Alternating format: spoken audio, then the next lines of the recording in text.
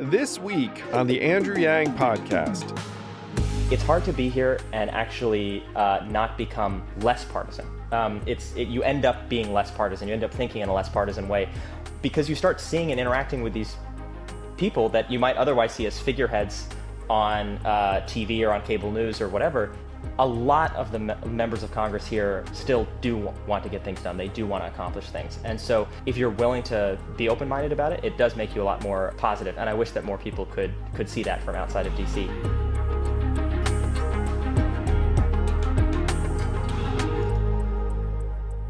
It is my pleasure to welcome to the podcast for the very first time somehow, the head of Humanity Forward, the co-founder of American Policy Ventures, someone who's been a charter member of the Yang Gang since the early days of the presidential campaign, Liam deClive-Lowe. Welcome, Liam.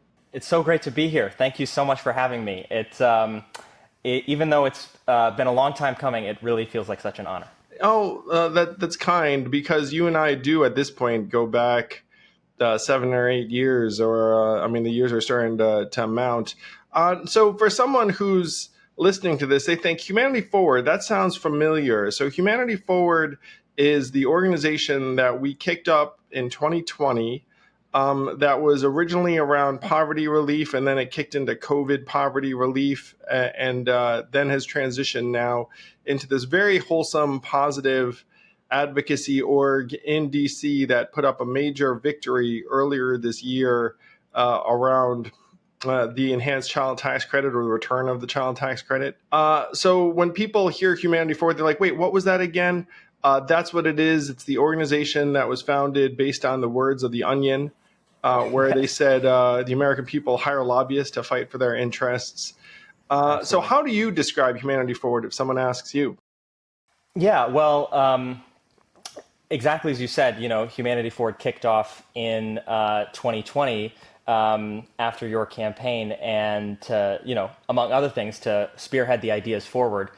Over the last 4 or 5 years, my goal with Humanity Forward has been to try to translate ideas into action on Capitol Hill. And so I describe Humanity Forward's work as doing bipartisan advocacy for policy ideas like the child tax credit, which has been Humanity Forward's biggest focus since 2021. And like you said, it actually, this work is, you got to put in a lot of time, but when the wins happen, it makes it all worth it. And it was great to see a big step forward from Congress on the child tax credit in the summer of this year.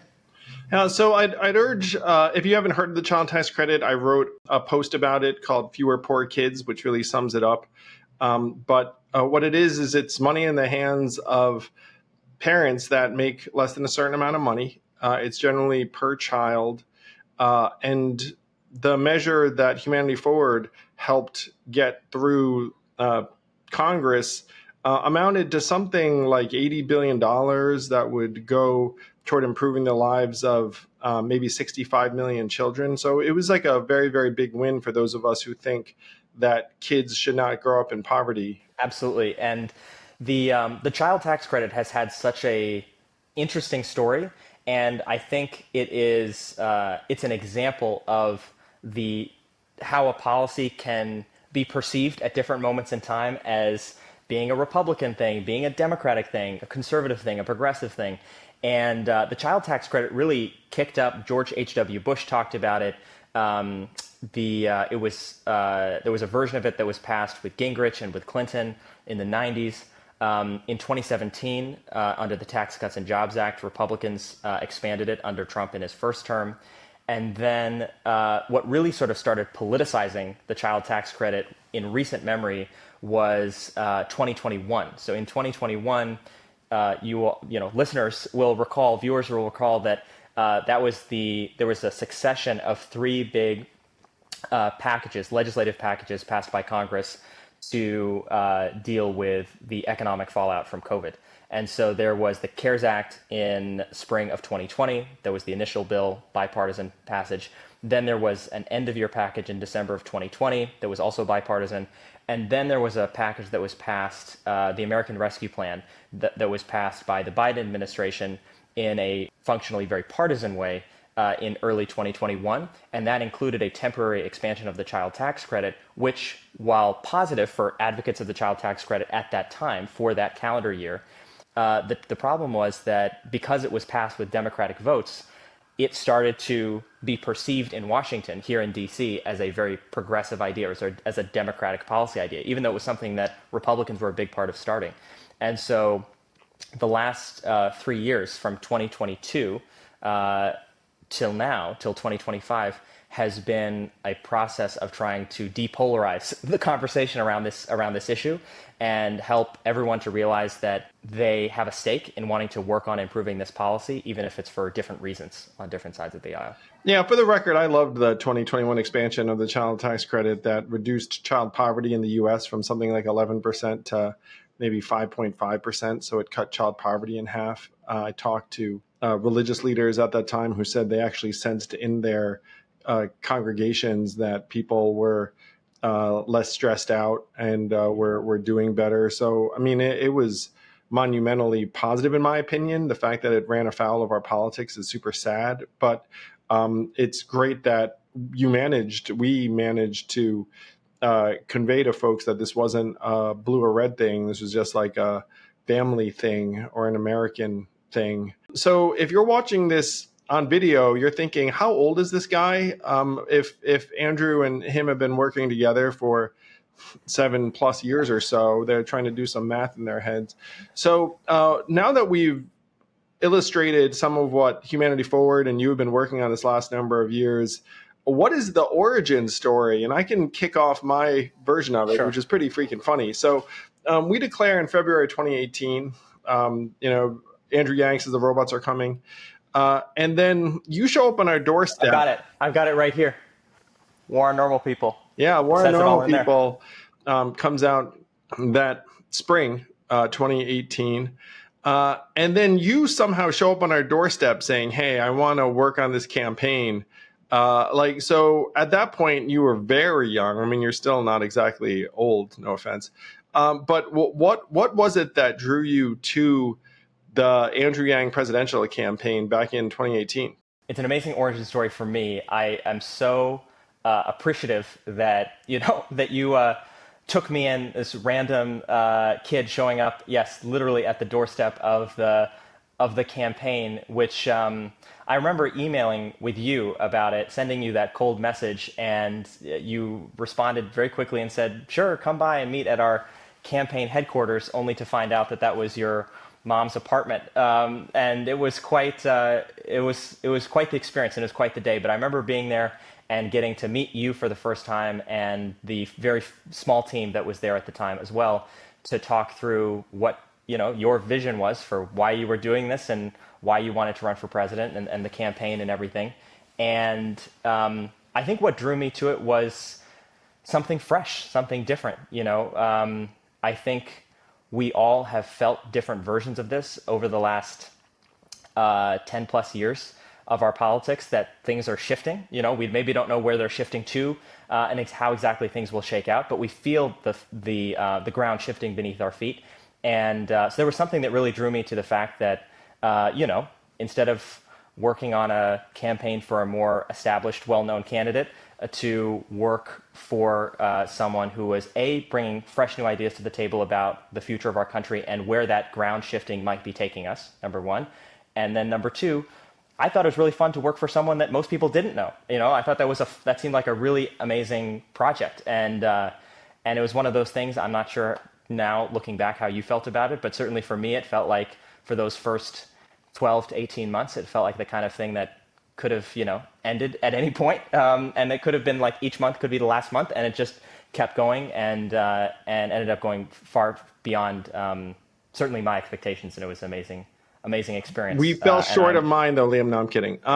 Yeah, exactly. But I just want to say that this might seem like a little bit of a tangent, but for anyone who is listening to this, Andrew, this is one of my big impassioned personal beliefs. I ended up, dropping out of high school and college just because of being impatient to do other things. But that is all to say. I bring that up to say that even without the conventional qualifications, that, most people have when they show up asking for a job somewhere. You, Andrew, and the team took me on and took me in, which I'm so appreciative of till this day. And I just want to say to anyone who's listening to this who might be a student or a parent of a student, that there really is nothing to be lost by just cold emailing people. There's nothing to be lost by just showing up and seeing if, will they let you volunteer? Then see if they'll let you work there. Send people a cold email, ask them if they'll get coffee for any opportunity or anything that you're interested in. There is and I feel like I've gotten more animated about this being in DC, because now I'm in a position where people who are younger than me are, emailing me and reaching out to me, or their parents sometimes are reaching out to me being like, hey, can such and such get an internship at your organization? And I feel like there's such a fear of doing the unconventional thing and just follow the conventional track, and they apply to an internship program. And it's if you want to do something, just reach out, and the worst case is that they don't respond.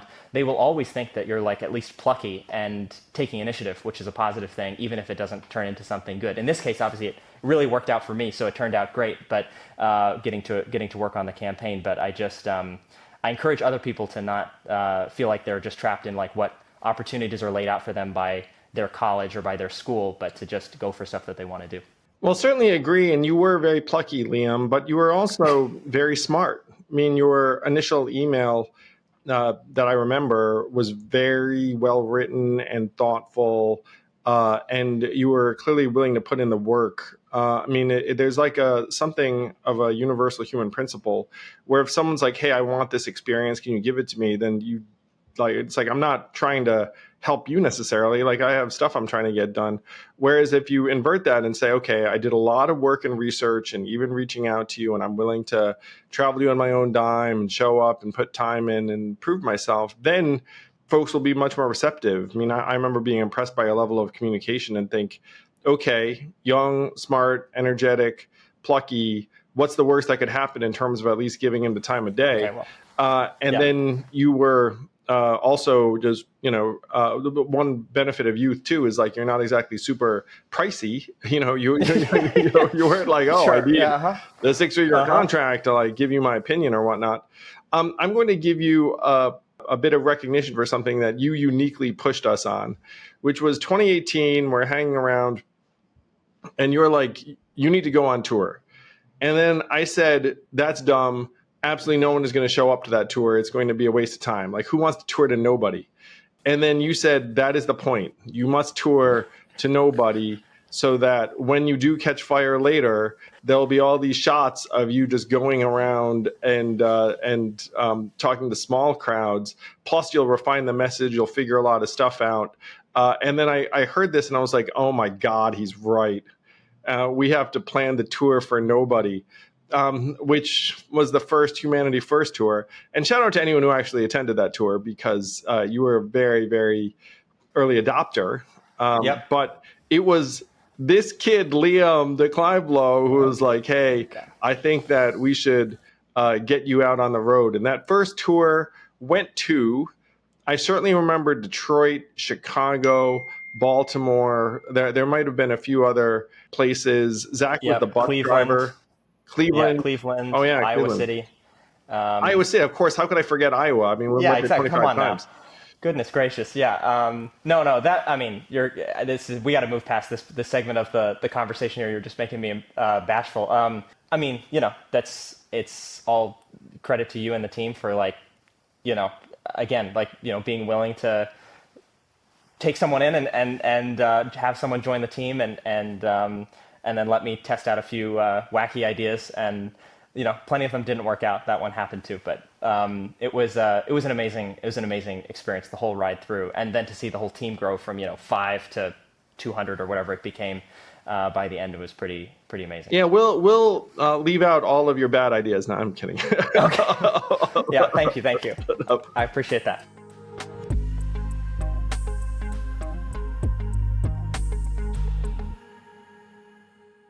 Thank you, listeners. Please make sure to like and subscribe. And if you have any questions, send them to mailbag@andrewyang.com, and we'll do our best to answer them. Thank you. How much are you paying for your wireless data? Your cell phone service. The average American is spending $83 a month. I was spending a lot more than that. I was spending well over 100. It turns out that Americans are spending twice as much on our cell phone data as people in Europe or Australia. So yours truly went ahead and started Noble Mobile to try and get us closer to true value for what we actually use and need every month. You start out with a $50 unlimited plan, which is probably less than you're paying now.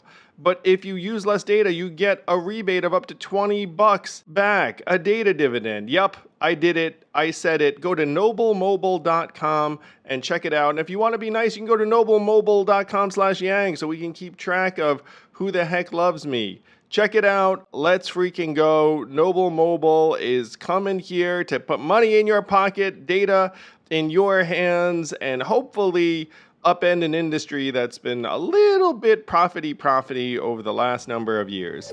Noblemobile.com.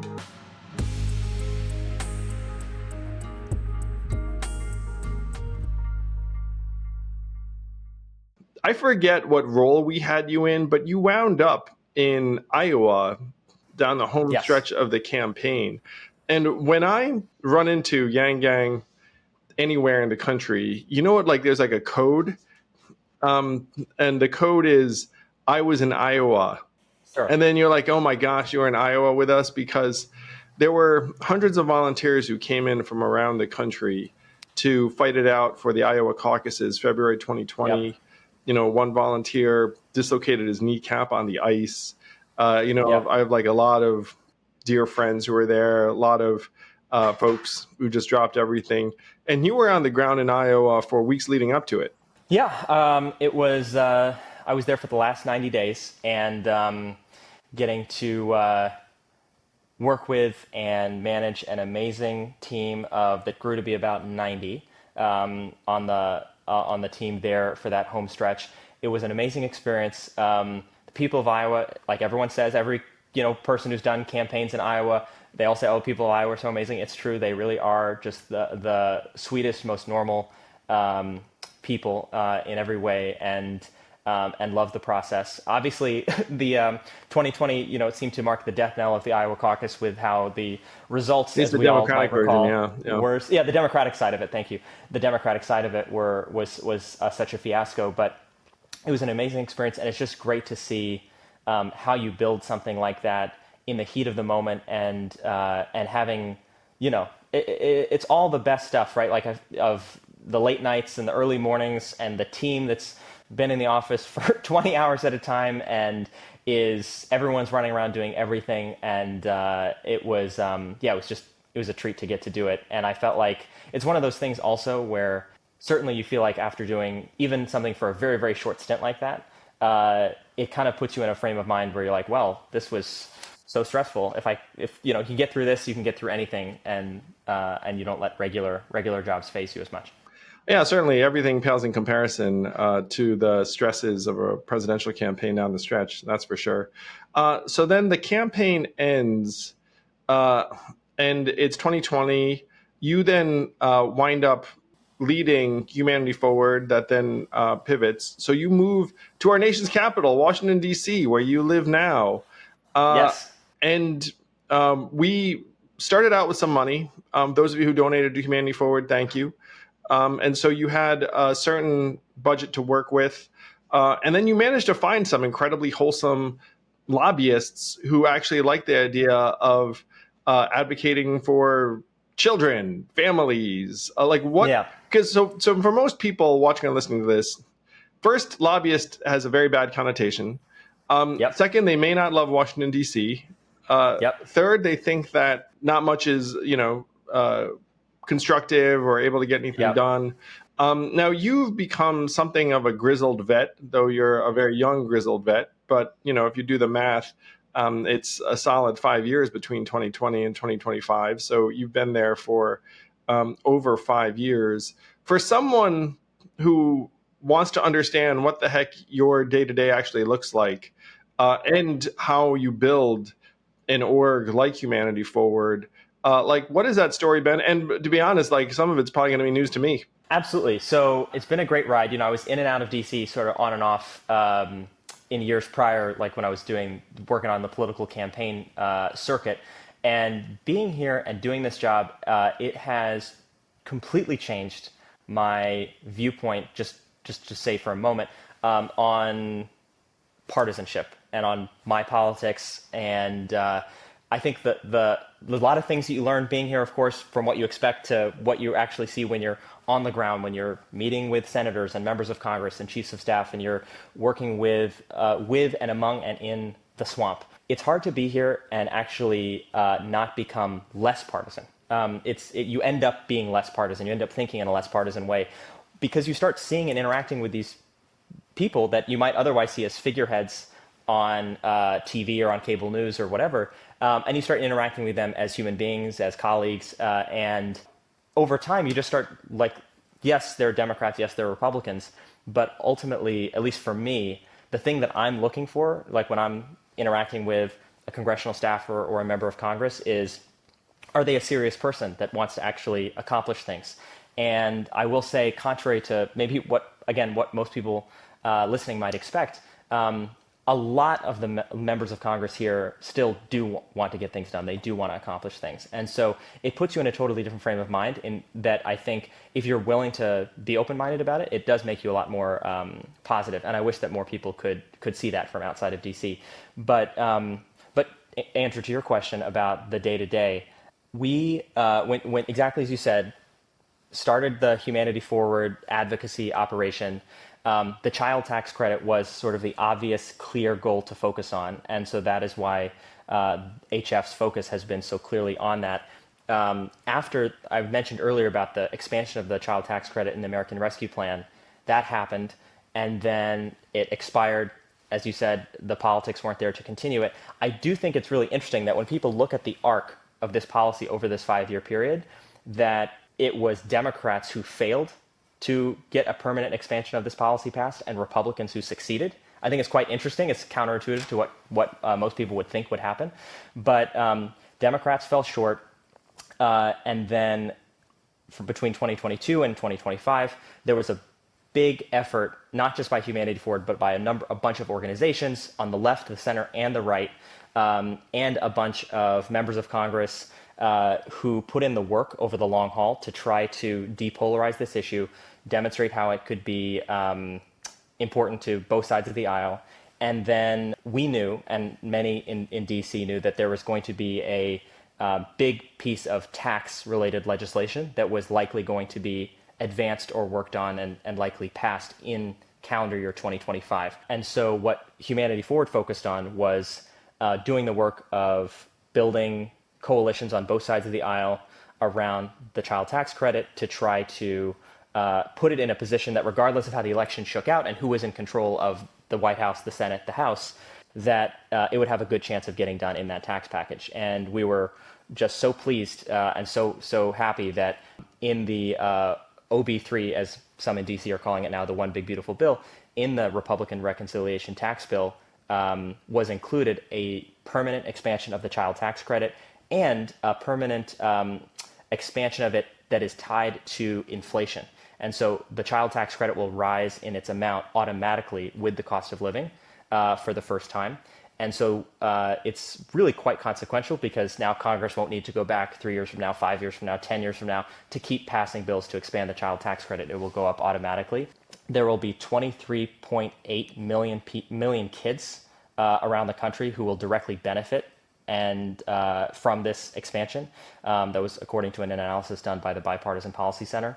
And so it's a pretty big deal. And I do want to shout out one person in particular, which is Chairman Jason Smith, who is a congressman from Missouri who's the Republican chair of the House Ways and Means Committee, which handles tax policy in the House. He really went to bat for this idea and helped do a lot of the work of building the support for it within the House Republican Conference that helped this to get done. And obviously many other people worked on it as well, but I wanted to give him a particular shout out for his leadership on it. Then in terms of the day-to-day, what I'm focused on, what I'm thinking about, in recent years has also expanded. So if people recall back to 2022, there was a long list of bipartisan legislation that did pass in 2021 and 2022. There was the bipartisan infrastructure bill, there was the CHIPS and Science Act, there was the Bipartisan Safer Communities Act that worked on gun safety and mental health, there was the Respect for Marriage Act, there was the Electoral Count Reform Act, which helped standardize the processes by which we certify presidential elections.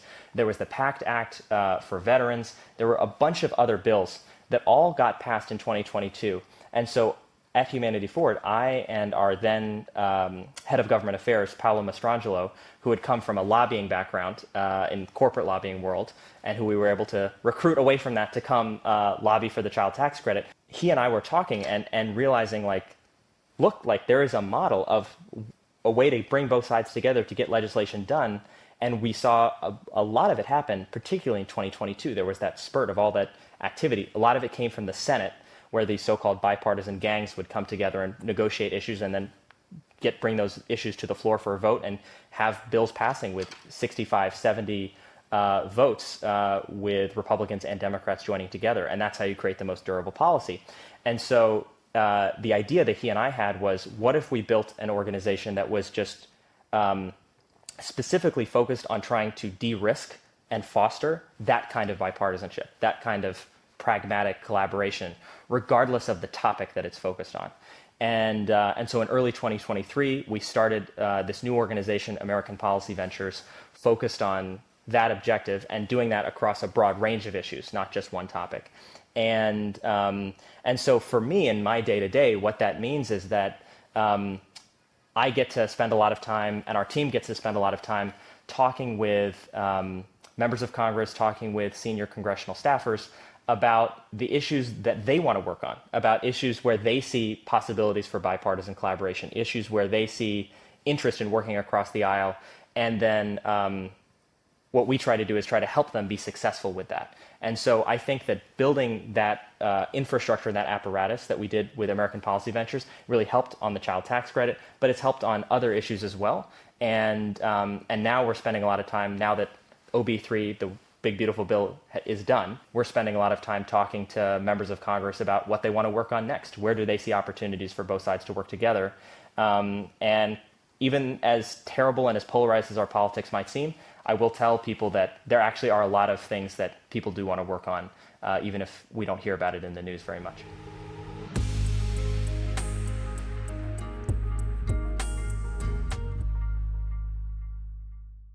This podcast is sponsored by Helix Sleep. I have been a proud, happy Helix Sleep customer for years now because my mattress just keeps on giving. I've always been someone who thought, you know what, you should invest in a proper mattress because you're on your back or your belly or your side for 8 hours a night. So I ordered an Ultra Dawn firm mattress and it has been a game changer. I've had it for, now years, and I'm telling you, total transformation. Go to helixsleep.com/yang for 25% off site-wide.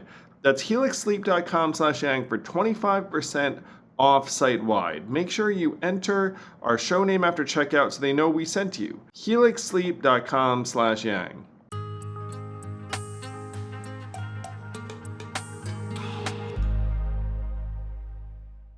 Well, one thing I'm so proud of for Humanity Forward and for you and the team is that you guys are essentially pragmatic and non-ideological about trying to get things done. It's like, look, you want to work with me on this, let's do it.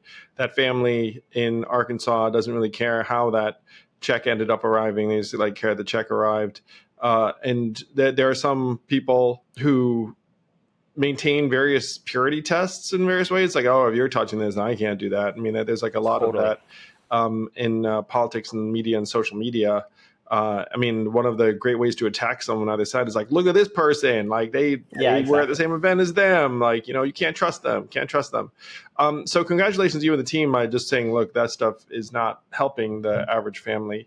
And so what, now that the child tax credit has been cemented and you all are talking to these members, what else falls into this nonpartisan, bipartisan zone that you can imagine getting through a very polarized Congress?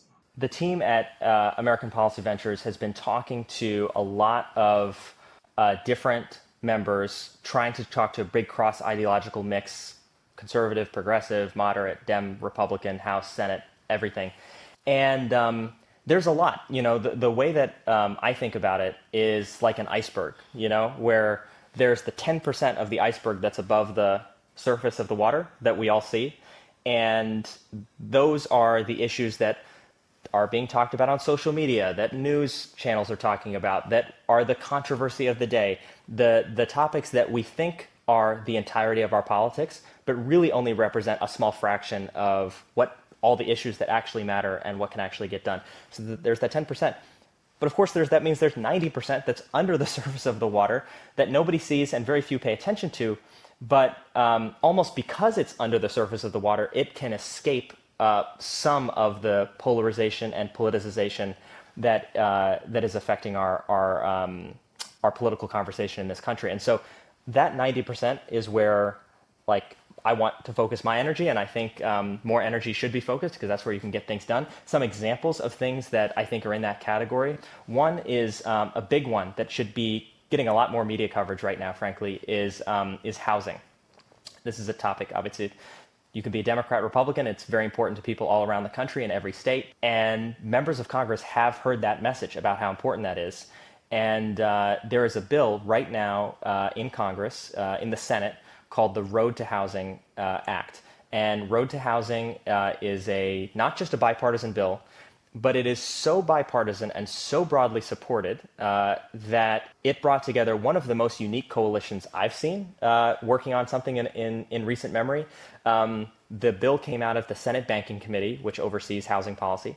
The Senate Banking Committee, for which the chair is Senator Tim Scott, Republican from South Carolina, and then the ranking member, Democrat lead, is Senator Elizabeth Warren, Democrat from Massachusetts. And so you have Tim Scott and Elizabeth Warren teaming up to work together on this housing bill, people who on most issues do not see eye to eye. And they got this Road to Housing bill passed out of the Senate Banking Committee unanimously, with every single senator from the most progressive to the most conservative all voting in favor of this bill to make sure housing is more available, more accessible, and in greater supply for people who need it and for whom it might be out of reach right now. And so I look at something like that and say, even without knowing the specifics, right, even before looking into it and saying, wow, this is amazing that we can get Elizabeth Warren and Tim Scott and a group of other senators that are similarly ideologically divergent all together working on something that they recognize is important for the country. My hope is that not only we can help get stuff like that across the finish line, but that more of that work can be celebrated. Because right now, as you well know, and something you've talked about very eloquently over the last 4 years, our politics has gotten to the point where people aren't rewarded for that kind of serious work. They're rewarded for, dunking on their opponents and using the halls of Congress as a place to live stream from, not as a place to legislate. Okay, so you've got housing availability and affordability as one. Are there another couple of swings or opportunities? A lot of great stuff. Childcare, it's a big bipartisan issue. Senator Katie Britt and Tim Kaine, Alabama and Virginia, Republican, Democrat, are working together on that issue. Wildfire prevention, big topic for members who are from states all across the West. As one example, Senator Tim Sheehy, the new Republican senator from Montana, and Alex Padilla, the Democrat from California, have been working together on that, as have a bunch of other members. Shipbuilding, this is a big topic. America is way behind in our capacity to build ships. It's a national security problem. It's an economic problem. We are way behind China. We all talk about we need to make sure that America is competitive with China. This is one area where we are so dramatically falling behind. Todd Young, who's a Republican senator from Indiana, and Mark Kelly, who's a Democrat from Arizona, are teaming up to work on that with a bill called the Ships for America Act. And then one other one that I'll highlight, although I could come up with 10 more. One other one I'll highlight, the power of American science and American scientific research. There is a bipartisan initiative being led right now by Senator Martin Heinrich, who's a Democrat from New Mexico, with Senator Mike Rounds, who's a senator Republican from South Dakota, called ASAP. It's a great acronym. Most of the acronyms that Congress comes up with for their bills are really terrible, but this is actually a good one. So the initiative is called ASAP, and it stands for American Science Acceleration Project. And the top line objective is to be sort of a bipartisan incubator for policy ideas, for legislation, for initiatives that can 10x the pace of American science by the year 2030 using AI and other emerging technologies as an accelerant. The two senators and their teams are working on developing the policy and the policy strategy that will flow from this initiative.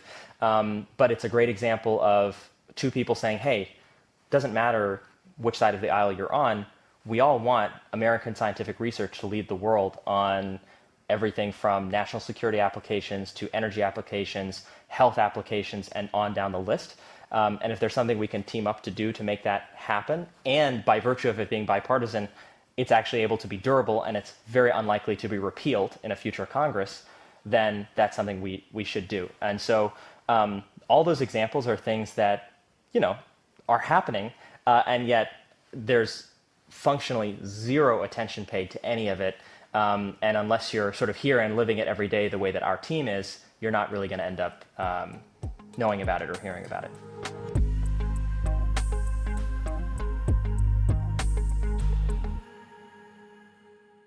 This podcast is sponsored by ExpressVPN.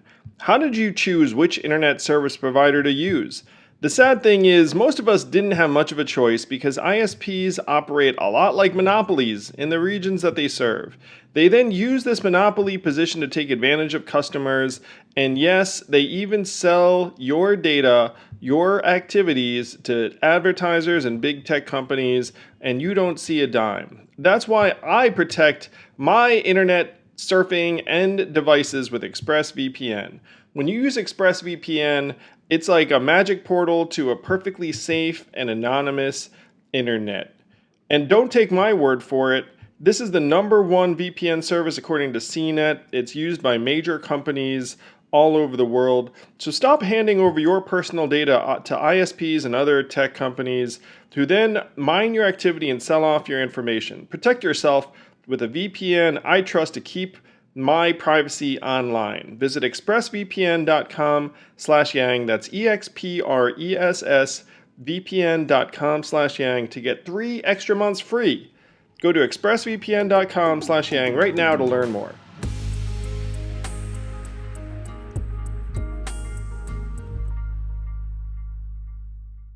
People would imagine it's like, oh yeah, those aren't really headline grabbers. In the same way. I mean, even unlike housing and childcare, you might think so, but then obviously whatever you do is going to be somewhat incremental and additive. I mean, the example right in front of us is the child tax credit, the fact that Republicans established it in perpetuity and pegged it to inflation. Zero headlines about that, even though, that's much better than the alternative, which was zero, because I think the child tax credit was going to actually zero out in the absence of any legislation. We have just such a short attention span where the news cycle will just go like this, that, and none of the issues you named are sexy enough, probably. Sure. But then I guess that's the point, which is you can be like, hey, guys, we don't need to put you above the waterline where someone might yell at you. We can just get something done that's substantive. And that's the thing is these members of Congress, right? If you're a U.S. Senator or a House member, you fought like hell to get into these jobs, campaigning for Congress is hard. Even if you're best case, you're a self-funder in a state where your politics align with the majority politics of the state. Even in that situation, it's a lot of work. It's a lot of public exposure, as we've seen in the worst possible way this week with the Charlie Kirk assassination. Every single member of Congress, they not only have to think about the political risks and the time and hassle and the work of running for and being in Congress, but they all have this other layer of their physical safety of being in Congress because they're all public figures, and then of course the physical safety of their kids, of their families. So the burden and the price of running for these offices, as much as we might not like Congress and Congress has a terrible approval rating and we think that many of them are doing a bad job, as the price for doing it is high. And so there are in spite of the fact that we feel like the headlines are crazy, and regardless of which side you're on, you feel like our politics are going in a bad direction. And a lot of that is true. It's not to say that that's not true, not to say that that feeling of negativity is wrong, but it is to say that they do want to actually accomplish things in these roles. Otherwise, what is it for, right? Why are they making that sacrifice? And so they do want to accomplish things. And so I think that there's a really good way that the sort of push and pull can work together in Congress. And what I mean by that is, like, Humanity Forward is an advocacy organization that has primarily worked on the child tax credit and has funded and advocated on other things as well, and is sort of more conventional in the sense that, like, there's all sorts of organizations. Like, if you care about, you know, any cause, you can likely find an organization that's based in DC that's advocating to Congress on that topic, right? And you can find them and you can support them and get involved with them. And so the biggest topic for Humanity Forward was the child tax credit. And so that work from, like, outside advocacy does need to happen, and it really is very valuable. And I think for people who are interested in that work, there's a real role for it. On the flip side, on the other hand, on the other sort of side of the equation, I also think there's a role for the work of just helping members of Congress to do what it is that they want to work on, and in a way that is not feeling the political risk from collaboration. It is amazing how many times, including on some of the topics that I just mentioned on that list, it is amazing the number of times that members of Congress will tell you in a private conversation that there is a degree of backlash that they receive from, you know, either the hard left or the hard right or whatever, for working with the enemy, working with the opposite side of the aisle on even these relatively non-controversial topics. You know, even something like childcare or science or, you know, energy permitting reform. We didn't talk about that, where people on their own side will say, you're a traitor for compromising. You're a traitor for even working with or even talking to people on the other side of the aisle. And so I think there's a lot of work that needs to be done just on that side of helping Congress to work together and be functional, regardless of the specific topic that they happen to be collaborating on. That was why Paolo and I started APV, American Policy Ventures, was for that goal. And what I think we've seen as that work has built up is that there is so much demand from not just the members of Congress, but also from their staff too. Because think about the environment of, like, being a staffer in this Congress or in this political environment where you're constantly in the throes of the partisan back and forth. That's a sacrifice too. Most people who are working in Congress as staff, particularly once they get to the more senior levels as a legislative director or a chief of staff, every single one of them, unless they're extremely incompetent, which most of them are not, most all of them can make much more money going to work for, you know, lobbying firms or companies or trade associations, and so they're financially sacrificing, at the very least, by continuing to stay in Congress. And so we also want those people to want to stay for as long as possible because they have institutional knowledge, they have expertise, they have relationships.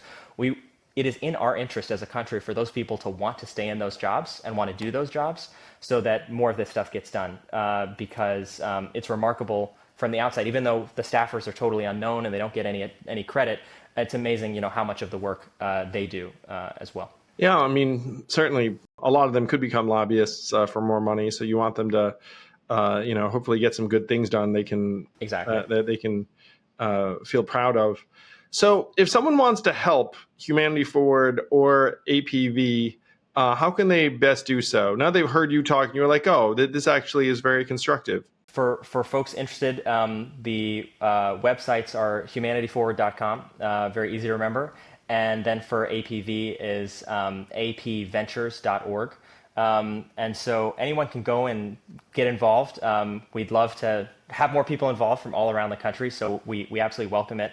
When I look ahead, you know, I mean, I don't know about for you, Andrew, I'm actually curious your take because we haven't talked about it just a few days ago. But, you know, we're having this conversation a few days after the Kirk assassination, and I have been happily, you know, pleasantly, you know, I've been pleased at least with the response from a lot of figures on both sides of the aisle saying exactly what they should say about how this is a terrible tragedy, it's unacceptable, political violence never being acceptable regardless of the person's point of view.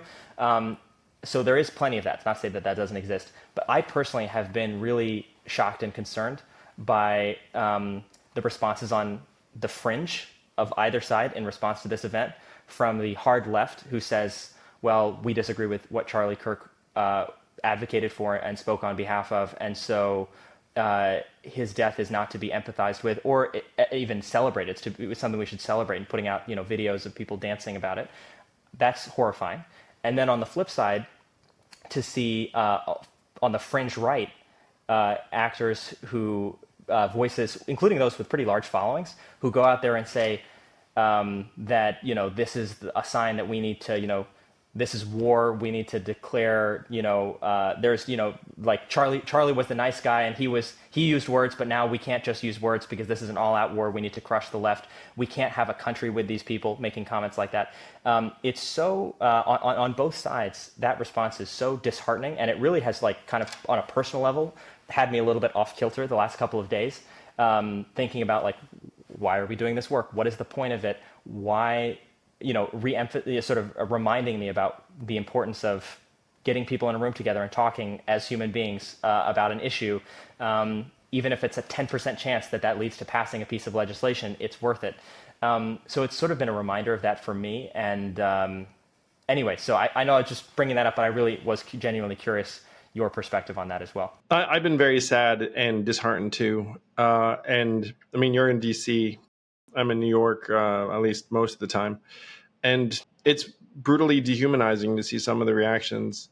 And it makes you realize how far gone many Americans, certainly the ones that have microphones in some cases, and everyone has a microphone now if you have a smartphone. I've got a very bad feeling about where this is heading. And I wish I didn't, but I do. Certainly it makes the work that you're doing and Humanity Forward and American Policy Ventures are doing all the more important, because if you can lighten the distress that Americans feel, then that's a win, especially if they see that the system is somehow responsive in some way. So if a person goes to humanityforward.com or apventures.org, like I imagine you have mailing lists, you can probably always use money. Because money helps. There are some people who are watching and listening to this right now who are consistent donors to Humanity Forward in particular. But outside, let's say someone's like, look, I'm broke. Is there something they can do to be involved or help too? Do you have mailing lists? Do you have things that occasionally you can reach out to your own member of Congress? Absolutely. So please, go to the website, sign up, reach out. There's contact forms, reach out to us and our team directly. I think that people do underestimate the difference that it makes. Forget about money and giving money. People underestimate how much difference it makes, the power of the voice of one constituent. Not hundreds of constituents, not thousands of constituents, particularly at Humanity Forward, with all of the work on the child tax credit over the last couple of years and other policy issues.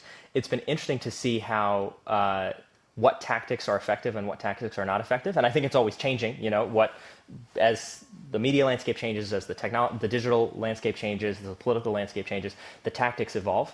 But something I would say is almost worthless, that is not worth the time that it takes in most instances. I know many organizations wouldn't, like me to say this because they send these out all the time, is petitions. I really don't think they're worthwhile. It's primarily a device for organizations to just build their lists of signups. It doesn't really help move the needle on an issue. But if I'm saying a petition doesn't move the needle very much, how does one person move the needle? One person can move the needle quite a bit with storytelling. I have seen just amazing instances of one story from one constituent to a member of Congress or to a congressional staffer really making a difference in how they think about something. Also, at the same time, I've seen it make a big difference when a constituent will write a letter to their editor in the local newspaper, which might seem quaint and small scale, but it really makes a difference. There are members of Congress who read their letters to the editor from their local newspapers religiously. And not that they're going to change their position on something based on one article they read or one letter to the editor that they read, but that they might feel reinforced, or they might feel supported. They might feel more motivated to work on something that they already want to work on by virtue of the fact that they say, hey, there's someone back home, someone in my district, someone in my state who noticed that I'm doing this and really appreciates it in a way that kind of hits them. So I encourage you, if there is bipartisan work, regardless of, the topic, if there is something bipartisan that you're member of Congress or your senator is doing that you think is good and that you appreciate them doing, write to them, tell them that, write a letter to the editor, get an op-ed published in your local newspaper, whatever it is, write on Facebook, write on X, write on Instagram. Go out there and share that. Because more often than not, it will trickle to someone in the office, particularly because so much of the communication that a congressional office gets is either extremely negative or very partisan. And so something that's positive and bipartisan will stand out in their flood of communications that they receive or that they see, and could make a real difference in helping to make sure that a member of Congress feels like they're on the right track and that they're working on something that their constituents actually see and appreciate. So don't discount the power of your own voice. Even if you're not, in D.C. working on Capitol Hill, it doesn't matter. You can still play, I think, a really, really big part of helping to channel everything in a little bit more of a positive direction.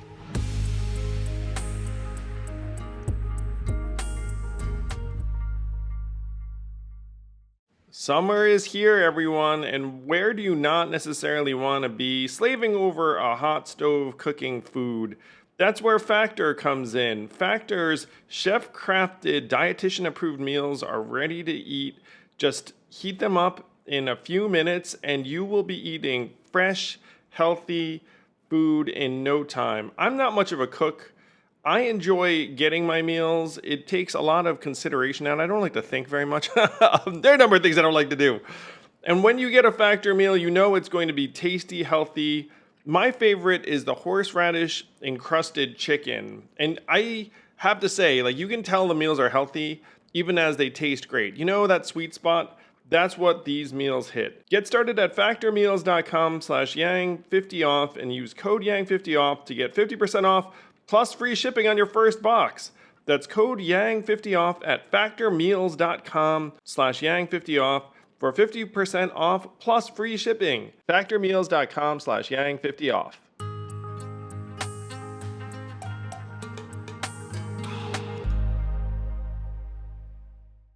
Well, you've seen it, and you've seen it work. So if someone joins your mailing list, you can ping them and be like, hey, FYI, your member is looking at building some ships or whatever it happens to be.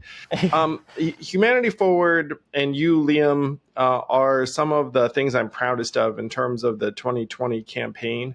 And look, I get plaudits every day from people telling me, oh man, you called AI. Oh man, you called UBI. Oh man, you were ahead of the curve. And I'm like, haha, that's great. That's nice. But what did I actually do in terms of improving people's lives? Oftentimes I think of you, Humanity Forward, and now the permanent establishment of the child tax credit and say, you know what?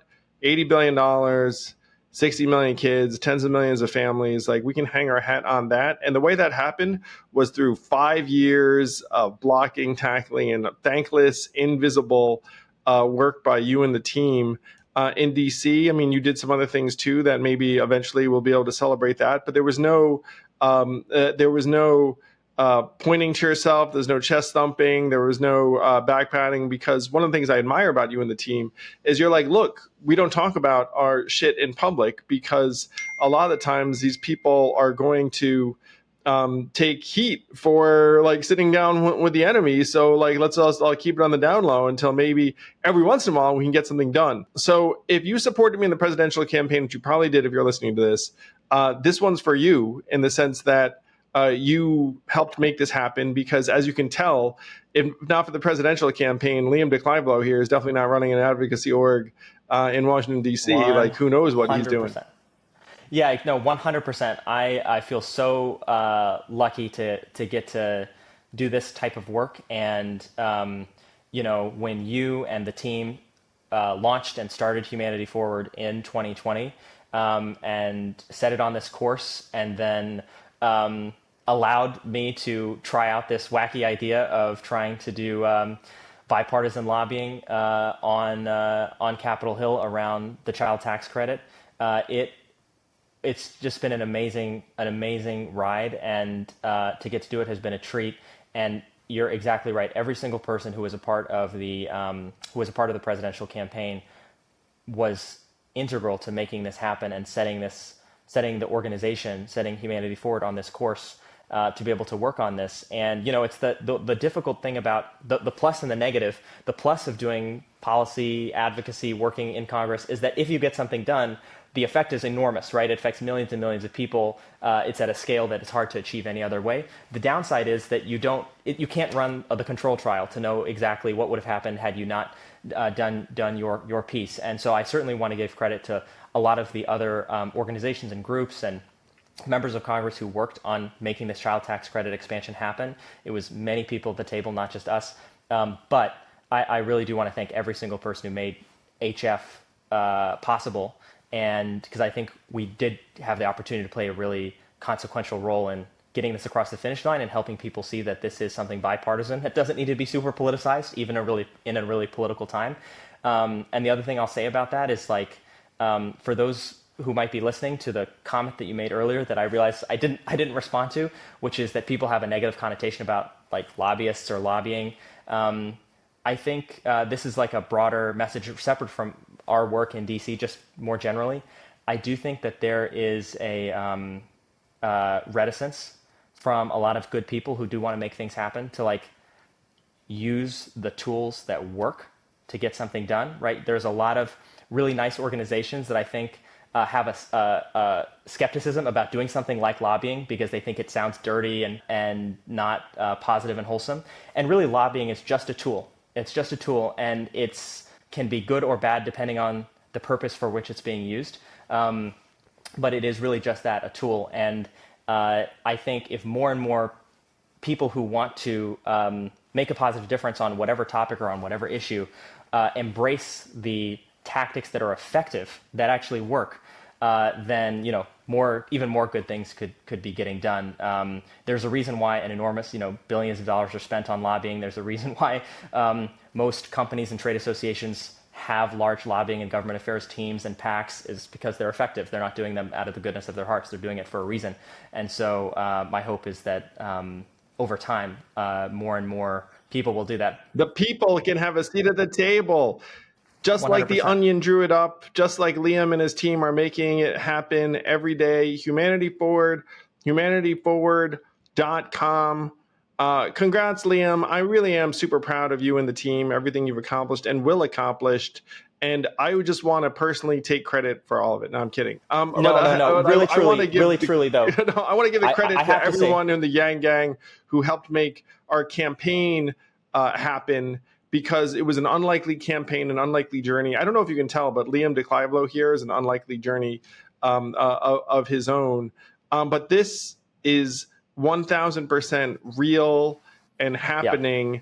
And it wouldn't be possible without everyone who believed 100%. In me. And it certainly wouldn't have been possible without you, Liam. And I know it seems like just the two-way. I mean, you're being way too generous. It is really so much thanks to you that, I mean, to have this opportunity to get to do this, starting this organization in the first place, putting your trust in me to try out this wacky idea. Like I said, I'm so grateful, and it's just it's such a treat to get to do. So thank you for doing it, and thank you also for, like, beyond the child tax credit, which like we said is going to directly benefit. It's going to go to 60 million plus kids. It's going to directly benefit in terms of, like, an improvement on the baseline policy that was already there. It's going to be a direct improvement for 23 million kids. Even beyond that, you're talking about, like, your leadership talking about the polarization and the partisanship and the political dynamics that we're facing and how we need to put them on a better direction and a better trajectory. I think that's also just as important, and it's something hopefully that more people will catch on to more soon too. Yeah, I'll do everything I can to bring us back from the brink, Liam. These are tough times, but we all have to do what we can if we're in a position to do good work, which you definitely are, and I think I am too. It's got to lean into it. Liam deClive-Lowe, the head of Humanity Forward and the co-founder of American Policy Ventures. Maybe after your next big legislative victory, we'll have you back, and then you can give us the inside scoop. Awesome. I look forward to it. Thank you so much, Andrew.